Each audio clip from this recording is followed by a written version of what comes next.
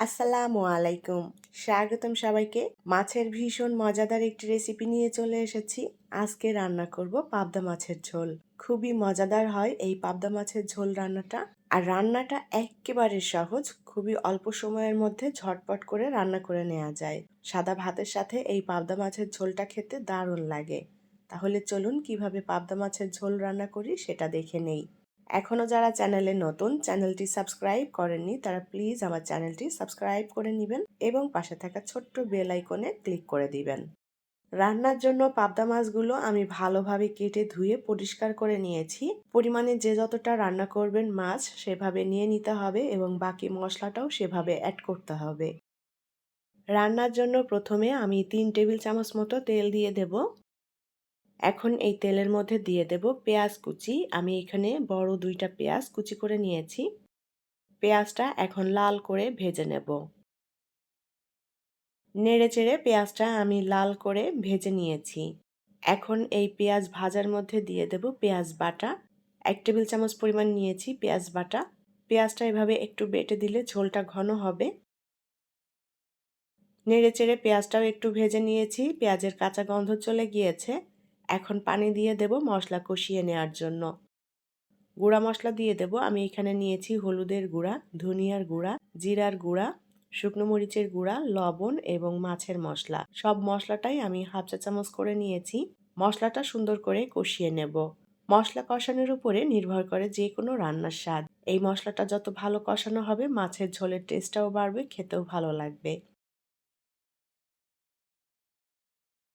সুন্দর করে নেড়েচেড়ে অল্প আঁচে মশলাটা আমি কষিয়ে নিয়েছি।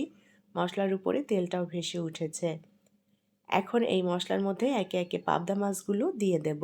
আমি পাবদা মাছগুলো কষিয়ে রান্না করছি। চাইলে এটা ভেজে নিতে পারেন। যারা কাঁচা মাছ খেতে পারেন না তারা হালকা ভেজে নিতে পারেন। তবে আমি পাবদা মাছ কখনোই ভেজে রান্না করি না, কারণ পাবদা মাছ খুবই নরম আর এই মাছটা যদি ভাজা হয় তাহলে কিন্তু শক্ত হয়ে যায়। আর পাবদা মাছ ভেজে রান্না করলে আমার কাছে খেতেও ভালো লাগে না। আমি বরাবরই পাবদা মাছটা কষিয়েই রান্না করি। সব মাছগুলো আমি দিয়ে দিয়েছি। এখন মাছগুলো মশলার সাথে একটু উল্টে পাল্টে দিতে হবে, মাছের সাথে মশলা যেন সুন্দর করে মিশে যায়। মাছ উল্টে দিয়েছি সবগুলো।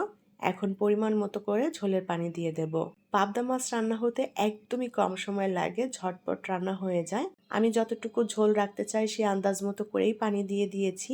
মাছের ঝোল এখানে যে যতটা রাখতে চান সেভাবে জাল করে টানিয়ে নিতে হবে। কাঁচামরিচের ফালি দিয়ে দেব কিছু। কাঁচামরিচগুলো চিকন ফালি করে নিয়েছি। আর দিয়ে দেব ধনেপাতা কুচি। আলতো করে একটু নেড়েচেড়ে দেব। পাবদা মাছের ঝোল রান্না করা হয়ে গিয়েছে। আমি যতটুকু ঝোল রাখতে চাই সেভাবে জাল করে টানিয়ে নিয়েছি। এখানে যার যার পছন্দ মতো ঝোল রাখা যাবে, যে যতটা রাখতে চান সেভাবে জাল করে টানিয়ে নিতে হবে। পাবদা মাছের ঝোল রান্না কমপ্লিট। এখন নামিয়ে নিয়ে পরিবেশন করব। তৈরি হয়ে গেল দারুণ সুস্বাদু পাবদা মাছের ঝোল। সাদা ভাত দিয়ে খেতে ভীষণই ভালো লাগে। খুবই সহজভাবে আজকের রান্নাটা আপনাদের সাথে শেয়ার করেছি। আশা করছি আপনাদের ভালো লেগেছে। রেসিপিটি যদি ভালো লাগে তাহলে প্লিজ লাইক, কমেন্ট এবং শেয়ার করবেন। পরবর্তী রেসিপি দেখার আমন্ত্রণ জানিয়ে বিদায় নিচ্ছি। আল্লাহ হাফেজ।